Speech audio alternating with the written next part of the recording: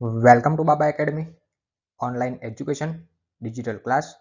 હું ગૌરવ મકવાણા બાબા એકેડમીના online digital platform ઉપર આપ સર્વે વિદ્યાર્થી મિત્રોનું હાર્દિક સ્વાગત કરું છું. તો આપણે ભણી રહ્યા છે ધોરણ 10, વિષય છે ગણિત, જેની અંદર ચેપ્ટર નંબર 14 ચાલી રહ્યું છે સંભાવના. સ્વાધ્યાય 14.1 રિલેટેડ અભ્યાસ કરી રહ્યા છે અને જેમાં દાખલા નંબર 20 પહોંચ્યા છે. બરાબર. હવે જે દાખલા નંબર 20ની રકમ કંઈક આવી આપી છે. બરાબર. તો અહીંયા તમે એક વસ્તુ જોઈ શકો છો, શું કે અહીંયા સ્ટાર કરીને આપ્યો, જુઓ દેખાય રકમની અંદર. હવે પહેલી વાત તો સ્ટાર કરીને જે આપેલા દાખલા જે છે એ આપણે ગણવાના હોતા નથી. બરાબર. પરીક્ષાની દ્રષ્ટિએ લીધેલા હોતા નથી, કહેવાનો મતલબ ગણી નાખીએ પણ પરીક્ષાની દ્રષ્ટિએ લીધેલા હોતા નથી. બરાબર. તો આ જે દાખલો છે આપણે ગણીએ. બરાબર. તો જોઈએ કેવા શું માગે છે રકમ. અહીંયા રકમ એવું કહે છે, ધારો કે એક પાસાને તમે યાદચ્છિક રીતે આકૃતિમાં દર્શાવ્યા પ્રમાણે શું કરો છો, લંબચોરસ ક્ષેત્રફળ ફેંકો છો. બરાબર. આકૃતિની અંદર જે પ્રમાણે બતાવ્યું છે એ રીતે. જો આ લંબચોરસ ક્ષેત્ર દેખાય તમને, બરાબર, આખું લંબચોરસ. આની અંદર આપણે શું કરીએ છીએ, ફેંકીએ છીએ. તે 1 મીટર વ્યાસના વર્તુળની અંદર પડશે તેની સંભાવના કેટલી થાય. બરાબર. 1 મીટર વ્યાસ છે, બરાબર, એની અંદર હવે કયું વર્તુળ, RVA. બરાબર. આની અંદર વર્તુળ અને ચોરસ, બરાબર, બંનેનું ક્ષેત્રફળ થયું. બરાબર. આ વર્તુળનું ક્ષેત્રફળ મારે શોધવું પડે અને આ જે ચોરસ બાર દેખાય એનું પણ ક્ષેત્રફળ શોધવું પડે. આટલી વસ્તુ આની અંદર કહેવા માંગે છે. બરાબર. એટલે કે આ વર્તુળ સંબંધિત ક્ષેત્રફળ, વર્તુળ રિલેટેડ દાખલો થઈ ગયો. સંભાવનાને આને કોઈ લેવા દેવા છે નહીં. બરાબર. એવું દેખાય છે. પણ દાખલો આપણે ગણી નાખીએ. બરાબર. કેવા શું માંગે છે એ જોઈએ. સૌપ્રથમ પહેલી વાત તો આ આકૃતિ છે. બરાબર. હવે તો પહેલી વાત તો આ જે લંબચોરસ આપ્યું, લંબચોરસ, બરાબર, એક જ મિનિટ. આ જે લંબચોરસ આપ્યું આને મારે શું શોધવું પડે, પહેલા તો લંબચોરસનું ક્ષેત્રફળ મારે શોધવું પડે. બરાબર. શું શોધવું પડે, લંબચોરસનું ક્ષેત્રફળ. લંબચોરસનું ક્ષેત્રફળનું સૂત્ર મને ખબર, લંબાઈ ગુણ્યા પહોળાઈ. બરાબર. તો અહીંયા આપણે લખી શકીએ કે લંબચોરસનું, લંબ અક્ષર સારા નહીં આવે કેમ કે પેન ટેબ છે, ફર્સ્ટ ટાઈમ યુઝ કરું છું. ચોરસનું ક્ષેત્રફળ બરાબર શું થાય, લંબાઈ ગુણ્યા પહોળાઈ. ચલો, લંબાઈ તમને કેટલી આપી, લંબાઈ આમને અહીંયા તમે આકૃતિમાં જોઈ શકો છો. લંબાઈ એટલે કે 3 મીટર અને પહોળાઈ એટલે કે 2 મીટર. બરાબર. તો અહીંયા લખી શકાય લંબાઈ એટલે 3 ગુણ્યા પહોળાઈ એટલે કે 2. 3 દુને 6 મીટરનો વર્ગ. બરાબર. કેમ કે આ 3 મીટર લંબાઈ, 3 મીટર પહોળાઈ, મીટર મીટર એટલે કે મીટરનો વર્ગ. બરાબર. એટલે કે 6 મીટરનો વર્ગ શું થાય, લંબાઈ થાય. ચલો, આટલી ખબર પડી.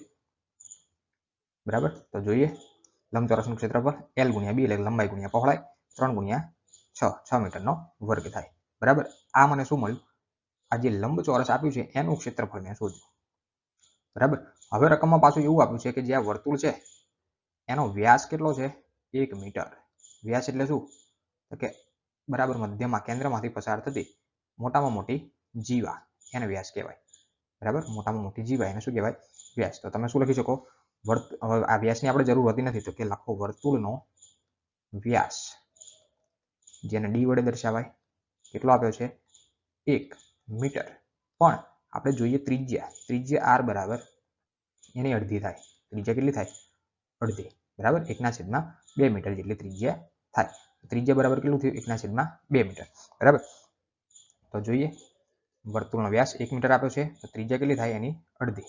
1/2 મીટર જેટલી ત્રિજ્યા થાય. હવે મારે શોધવું શું છે, બરાબર, તો વર્તુળનું ક્ષેત્રફળ. તમને પ્રશ્ન શું પૂછ્યો છે, બરાબર, જે આ લંબચોરસ જે છે એની અંદર મારે શું ફેંકવો છે, એક પાસો ફેંકવો છે. બરાબર. તો પાસો હું ફેંકું તો આ વર્તુળનો ભાગ છે એની અંદર પડે એની સંભાવના કેટલી. બરાબર. તો વર્તુળનું ક્ષેત્રફળ શોધું ત્યારે મને જવાબ મળે. બરાબર. તો વર્તુળનું ક્ષેત્રફળ, વર્તુળનું ટૂંકમાં લખું છું ક્ષેત્રફળ, બાકી ડિજિટલી તો ફૂલ ફોર્મ લખેલા છે બધા.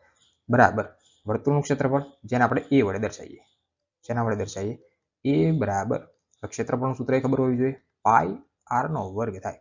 શું થાય, પાઈ r નો વર્ગ. ચલો, પાઈ એટલે કેટલા, પાઈ એટલે 22/7 કહેવાય, પણ આપણે પાઈ 22/7 લેવા નથી, પાઈના પાઈ રાખીએ. બરાબર. અને r એટલે કેટલા, તો r એટલે ત્રિજ્યા. r એ ત્રિજ્યા કેટલી, 1/2. 1/2 એનો વર્ગ. પાઈ એટલે પાઈ 1 નો વર્ગ થાય 1, નીચે 2 નો વર્ગ થાય 4. તો ટોટલ શું થયું, પાઈના છેદમાં 4. આન્સર શું મળ્યો? પાઈના છેદમાં 4 મીટર નો વર્ગ. પાઈના છેદમાં 4 મીટરનો વર્ગ. બરાબર. તો આ મને શું મળ્યું? આ મને વર્તુળનું ક્ષેત્રફળ એ મળ્યું. બરાબર. વર્તુળનું ક્ષેત્રફળ એ જોઈ લઈએ. વર્તુળનું ક્ષેત્રફળ એ બરાબર પાઈના છેદમાં 4 મીટરનો વર્ગ. બરાબર. હવે મારે શોધવું છે, શું શોધવું છે કે આ જે ચોરસ આખું લંબચોરસ આપ્યું એના અંદરના આ વર્તુળના ભાગમાં જે પાસો પડે એની સંભાવના કેટલી થાય.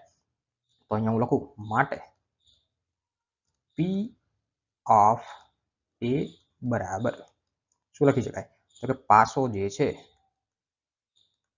એ વર્તુળ ના અંદરના ભાગમાં, ક્યાં? અંદરના ભાગમાં પડે તેની સંભાવના,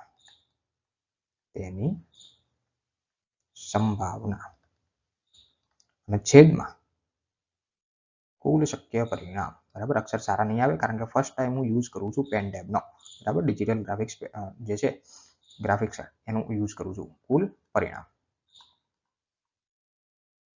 ચાલો, કુલ પરિણામ. હવે શું કરશો? પાસો અંદર પડે એની સંભાવના કેટલી? તો એનો આ ક્યાં પડવાનો પાસો? તો કે આ જે વર્તુળની અંદર. બાકી આખું વર્તુળ છે એનું ક્ષેત્રફળ કેટલું? આ શોધ્યું, π/4. બરાબર. તો એની અંદર પડવાની સંભાવના પાઈના છેદમાં 4 જેટલી છે. એનું ક્ષેત્રફળ જેટલું છે. પાસો જે છે એ ટોટલ કેટલા ક્ષેત્રફળની અંદર નાખવાનો છે? આ લંબચોરસ વાળું. બરાબર. આનું ક્ષેત્રફળ કેટલું મને મળ્યું? 6. બરાબર. તો નીચે કુલ સંભાવના કેટલી થઈ પાસાની? 6. આ છેદનો છેદ જાય, અંશનો છેદ, સોરી, આ અંશ છે પાઈ, એનો પણ છેદ, અને એ ક્યાં આવે? છેદમાં આવે. તો આવું થાય પાઈના છેદમાં 4 ગુણ્યા 6, 6 ચોકને 24, પાઈના છેદમાં 24 મીટરનો વર્ગ તમને આન્સર મળે. બરાબર. તો આ થયો તમારો ફાઇનલી આન્સર. તો જોઈએ, પાસો વર્તુળના અંદરના ભાગમાં પડે એની સંભાવના છેદમાં કુલ પરિણામ. બરાબર. P ઓફ A બરાબર π/4 અને આખાના છેદમાં 6. છેદનો અંશનો છેદ જતો રહે છેદમાં. 6 ચોક 24 એટલે ટોટલ થઈ ગયા P ઓફ A બરાબર π/24. બરાબર. તો આ દાખલો આઈ હોપ કે ખબર પડ્યો હશે. પરીક્ષામાં થવાની સંભાવના બિલકુલ નથી. 0-0 સંભાવના. શું? 0-0. બરાબર. કારણ કે સ્ટાર કરીને આપે છે. સ્ટાર કરેલા દાખલા પૂછાતા હોતા નથી. બરાબર. તો લેક્ચર અહીંયા પૂરો. સો થેન્ક્સ ફોર અટેન્ડિંગ.